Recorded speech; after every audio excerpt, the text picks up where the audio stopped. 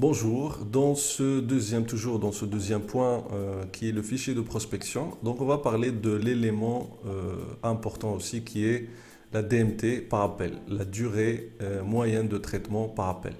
En fait, la durée moyenne de traitement est très importante parce qu'en fait, il nous permet de juger et de jauger la qualité, non pas cette fois du fichier de prospection, mais la qualité du traitement de l'agent, d'un agent tout simplement, qu'il soit en B2B ou en B2C. Donc en fait, la formule est très simple.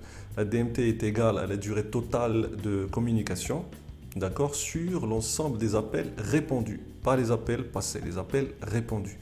Donc pour prendre un exemple très simple, on va prendre en fait la durée totale de communication pour un agent par exemple par jour et 120 minutes, c'est-à-dire 2 heures de communication, de traitement, sur en fait les appels répondus qui sont 100.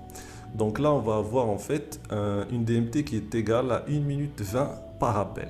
Ça ne veut pas dire que l'agent a passé 1 minute 20 sur chaque appel, sur les 100 appels. Ça, c'est juste la moyenne en fait qui nous permet d'avoir une idée en fait concrète sur la qualité de traitement d'un agent.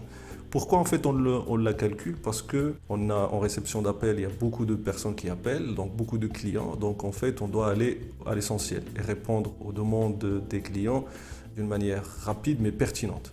Et donc pas passer trop de temps avec chaque client. Deuxièmement, quand on est en prospection, on doit avoir une moyenne correcte. Donc là, il n'y a pas de minimum, il n'y a pas de maximum, mais on doit avoir une moyenne correcte. Cela nous permet aussi de mesurer si nos agents vont direct au but ou perdent leur temps.